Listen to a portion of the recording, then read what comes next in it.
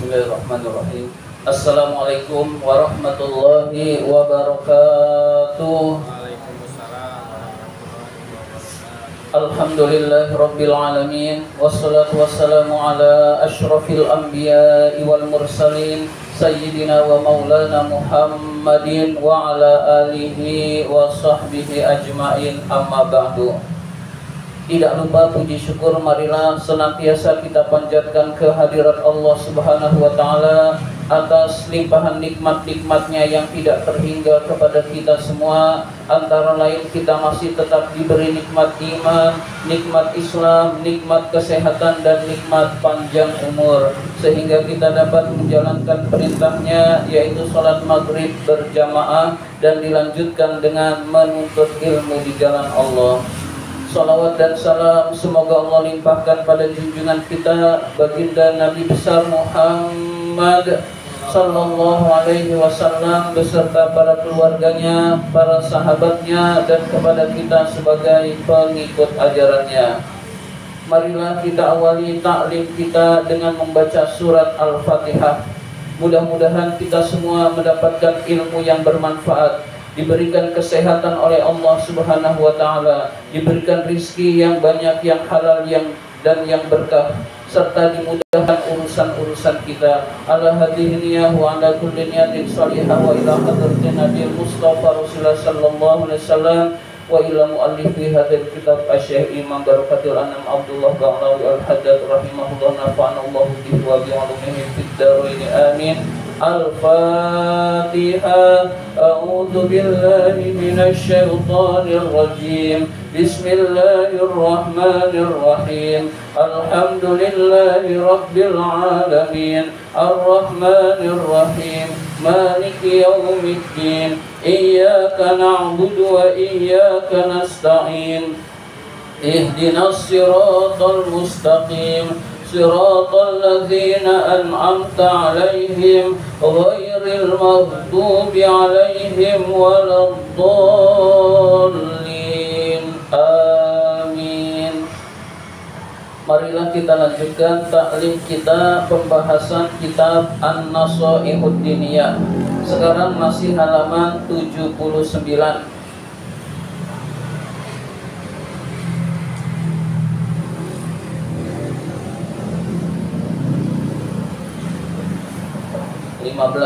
Baris ke-15 dari bawah.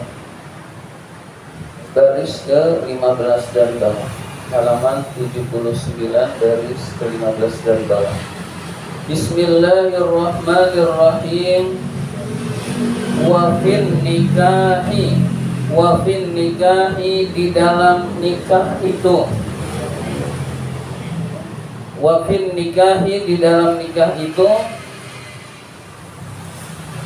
Minas sabri, dari kesabaran, alal muasyaratin nisa'i bil ma'rufi, atas bergaul terhadap wanita bil ma'ruf, dengan baik. Jadi ada kesabaran ketika bergaul dengan istri, bergaulnya itu bil ma'ruf, dengan baik. Nah, ketika kesabaran itu pahalanya besar di sisi Allah. Wal qiyami, ada melaksanakan bihuquqihinna, hak-hak para istri, hak-haknya wanita. Nah, ketika melaksanakan hak-haknya wanita itu juga butuh kesabaran. Nah, kesabaran itu pahalanya besar di sisi Allah.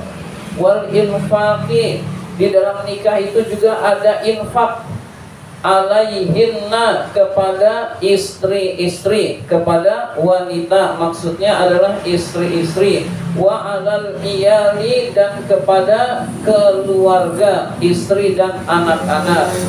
Itu semua fadlun, memiliki keutamaan kabirun, yang besar.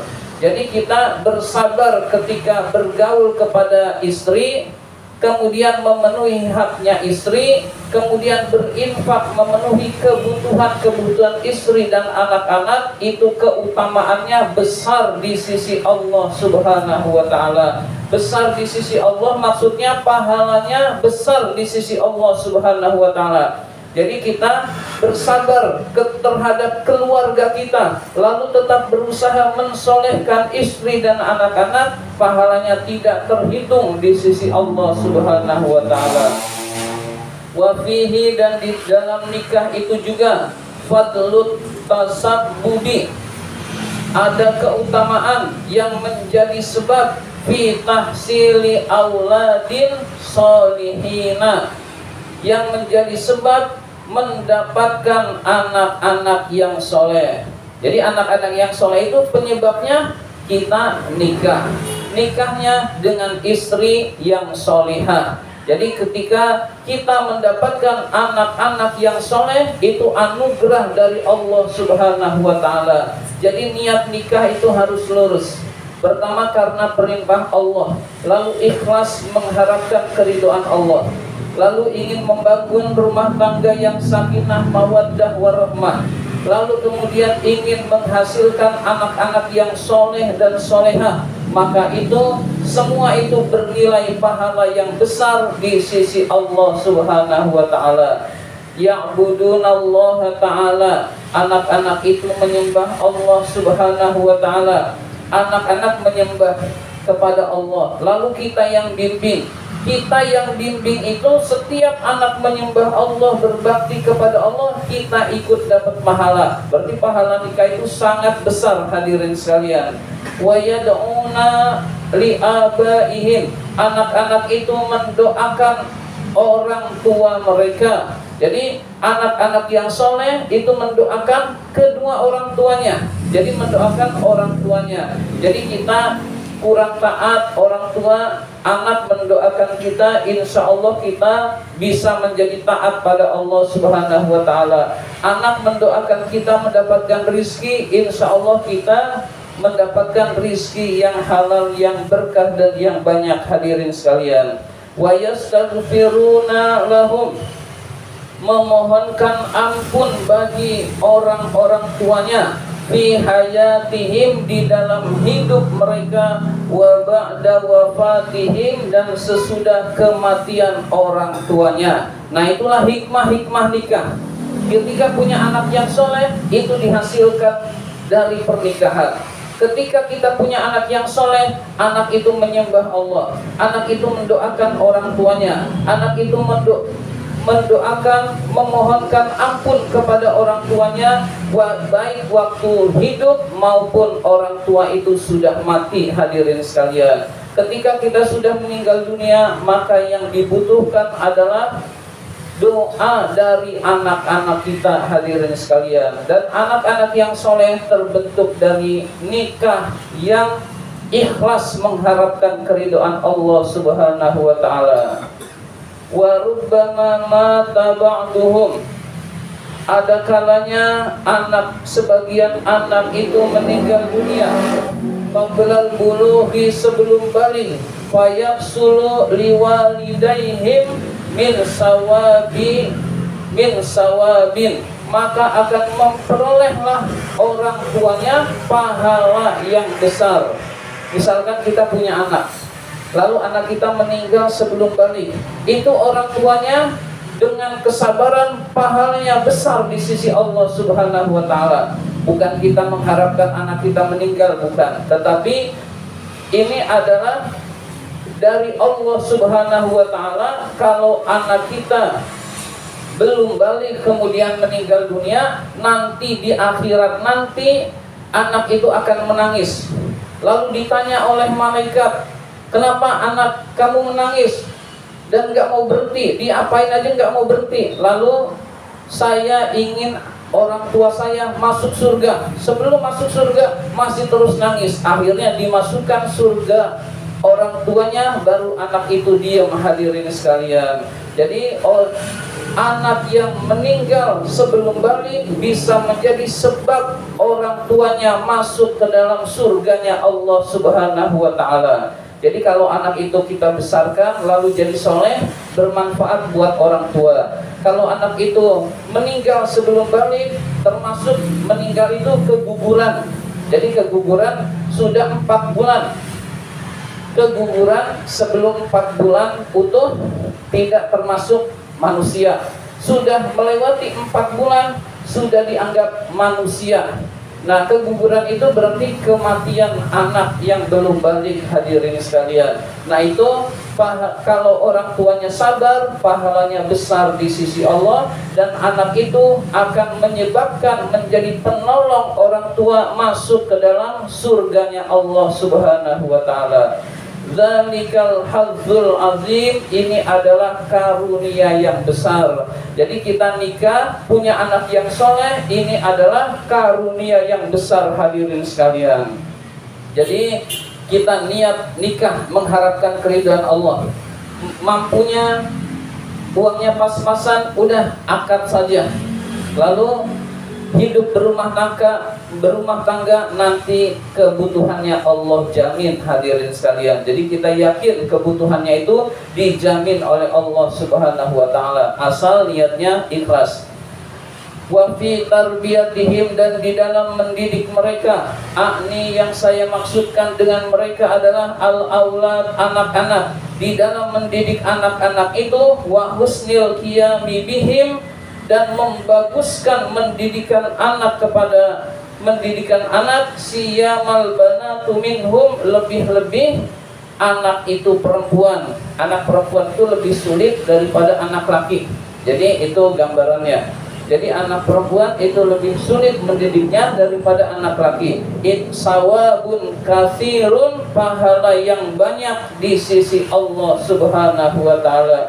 Jadi ketika kita mendidik anak, kita sabar terhadap pendidikan, itu pahalanya juga besar di sisi Allah. Jadi nikah itu manfaatnya sangat banyak. Di antaranya adalah mendidik anak yang menyebabkan anak itu soleh, lalu kita mendapatkan manfaat dari anak yang soleh tersebut, hadirin sekalian. Wa fadlun kabirun, dan keutamaannya juga besar. Wa qad qala alaihi salatu wassalam, Nabi alaihi salatu wassalam bersabda, dinarun, uang dinar, anfaqtuhu, yang engkau infakkan, fi sabilillahi, di jalan Allah. Wa dinarun, dan uang dinar, anfaqtuhu, yang engkau infakkan, fi raqabatin, untuk membebaskan budak. Wa dinarun, uang dinar, tasaddaqta, yang engkau sedekahkan, bihi, dengan uang itu, ala miskinin, kepada orang-orang miskin. Wa dinarun, dan uang dinar, anfaqtuhu, yang engkau infakkan, ala ahlika, kepada keluargamu. Kata Rasul, a'zamuha ajran, paling besarnya pahala adalah alladzi anfaqtahu ala ahlika, yang engkau infakkan kepada keluargamu. Jadi ini Rasul dengan tegas, kita infak di jalan Allah, kita infak kepada anak yatim atau fakir miskin, kita infak membebaskan budak, kita infak ngasih makan anak, ngasih makan istri. Pahalanya lebih besar infak ngasih makan anak, ngasih makan istri, hadirin sekalian. Jadi setiap jerih payah kita diberikan kepada istri, diberikan kepada anak, pahalanya lebih besar daripada infak kepada selain keduanya, hadirin sekalian. Jadi kita ngasih istri jangan pelit-pelit, hadirin sekalian. Ada yang nyimpen duit di peci, hadirin sekalian, biar nggak ketahuan. Kita terbuka lebih bagus, meskipun laki-laki itu berhak ngasih berapa, itu berhak, tetapi kita adanya keterbukaan penghasilan itu sangat bagus. Jangan sampai kita berbohong lantaran penghasilan. Berbohong itu menyebabkan kurang berkah, lalu benar-benar tidak berkah, lalu benar-benar kurang terus, hadirin sekalian. Jadi kita ngasih ke istri yang layak, hadirin sekalian, itu pahalanya lebih besar daripada kita berinfak kepada masjid, lebih besar daripada berinfak di jalan Allah. Jadi kita ngasih, misalkan kita ngasih istri 1 juta, lalu infak ke masjid 1 juta, sama-sama 1 jutanya lebih besar ngasih kepada keluarga, hadirin sekalian. Pahalanya lebih besar yang kita infakkan kepada keluarga, anak dan istri kita, hadirin sekalian.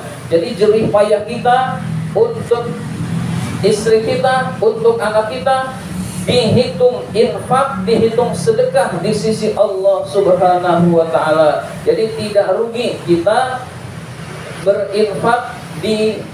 berinfak untuk anak dan istri, hadirin sekalian. Wa qala alaihi salatu wassalam, Nabi alaihi salatu wassalam bersabda, ma'at amta nafsaka, apa yang kamu makan untuk dirimu sendiri, fahuwa laka shadaqah, maka itu adalah sedekah.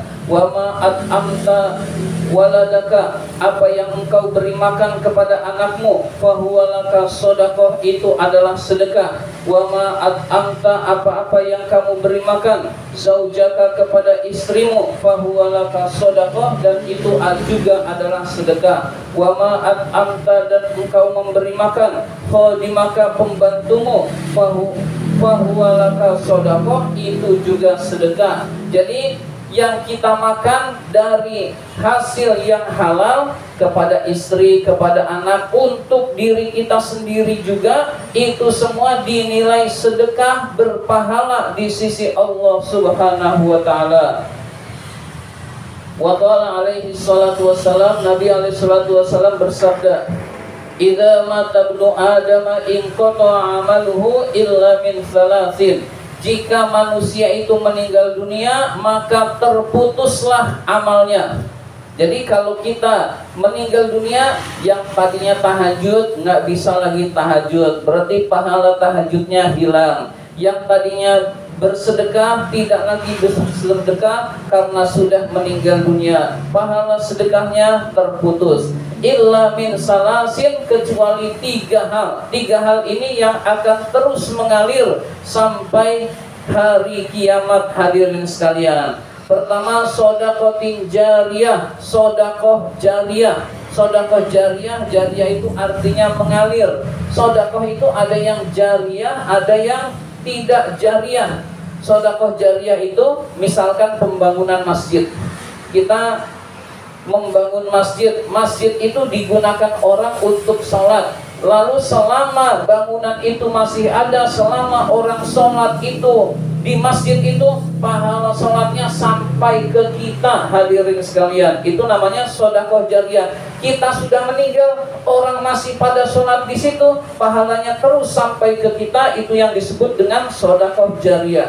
Contoh yang bukan jariyah, yang gak mengalir, adalah kita ngasih fakir miskin. Itu bukan jariyah, hadirin sekalian, karena sekali telan selesai.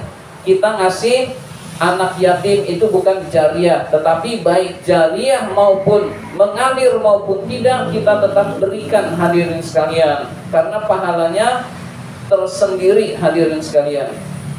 Wa ilmun yuntafa'u bih, ilmu yang bermanfaat. Jadi ilmu yang bermanfaat itu juga akan berguna sampai hari kiamat nanti. Kita ngajarin anak kita Al-Quran, lalu anaknya bisa baca Quran. Nah, setiap anak itu baca Quran karena kita yang pernah mengajarkan dulu, pahala itu terus mengalir. Itu namanya ilmu yang bermanfaat.